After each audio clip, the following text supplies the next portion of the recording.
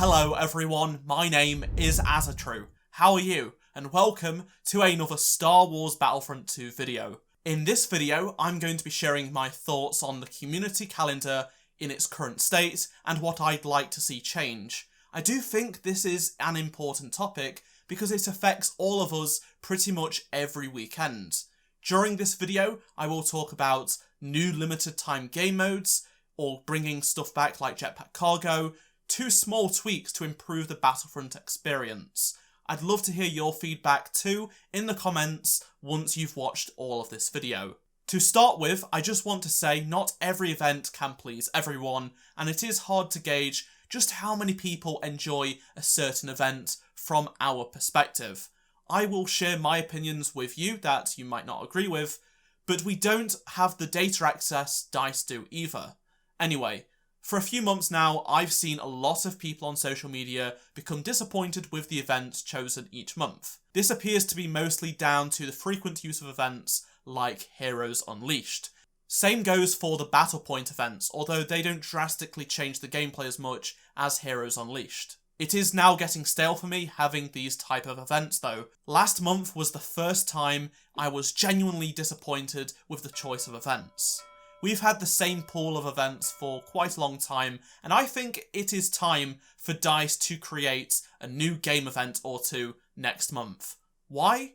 Because I read a lot of messages from people who are newer to the game and are thoroughly enjoying ranking up quickly and trying out new units they wouldn't have before. This to me is important for the longevity of the game. DICE need to add rewards to the prestige levels, as prestige leveling is pretty pointless right now, but that is a topic for a whole other video. The month of March has the least game mode events in a long time. I'm glad DICE have decided to give them a bit of a break, as I think it has been a bit much for some people in the last few months. Also, new players have a chance to unlock 2 new event skins again. If you don't do the challenges this month, they will be back again, but likely as a permanent milestone, not a limited time event, according to Ben this week. Also, there is just one mental event affecting Galactic Assault this month: Unlimited Power. I personally enjoy the madness of heroes versus villains for a little bit, and for a few days it's not such a big deal, but I understand why people don't like them. They completely ruin the balance of the Galactic Assault maps. In contrast, the removal of the spawn timer is unanimously agreed upon to be a great thing. Here's some additional context from Kevin regarding the choice of this month's events. Again, events you like, some people hate. Vice versa, it works both ways. The next issue I want to see improved is the messaging of events. This is something I've raised with DICE before, and they have taken steps to improve in-game messaging, but it's still not where it should be.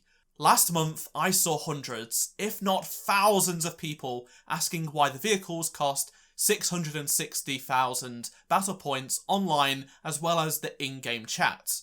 Whilst it is easy to find the community calendar, some people are just oblivious. The community calendar does not need to change, as I think it works really well, but many people don't watch a specific YouTube video, check Twitter, Reddit and more for the calendar. Hundreds of people asked the same question about vehicle battle points on the subreddit, even when the calendar was visible there in multiple locations. As for in-game, all they have right now is a pop-up when logging into the game about the event currently on, but I think some people just skip it without reading it. Something in the main menu that is on all weekend would certainly help address this. Last month was a little more messy than usual because the update with Heroes came out a week later than anticipated, and DICE did not want to restrict Heroes from being played in certain modes as part of the Boots on the Ground event, due to how close it was to their release. I was happy with this, and so were a lot of other people. The problem we had was that it wasn't communicated very well, and it led to more confused people. A dynamic in-game messaging system to alert players of last-minute changes would make life so much easier for us. My concern is having people stopping playing the game because they have no idea why modes are different when they play. Just an idea to put out there for the future would be an in-game calendar basically the same one we get on social media, but it's put into different tiles in one of the main menus. So much like you can see your different milestones with details, the community calendar would work in the same fashion. It would include details of the events, the dates, and things like that. Let's move on to all new limited time game modes. Back at the start of 2018, DICE introduced Jetpack Cargo as an LTM and then Ewok Hunt.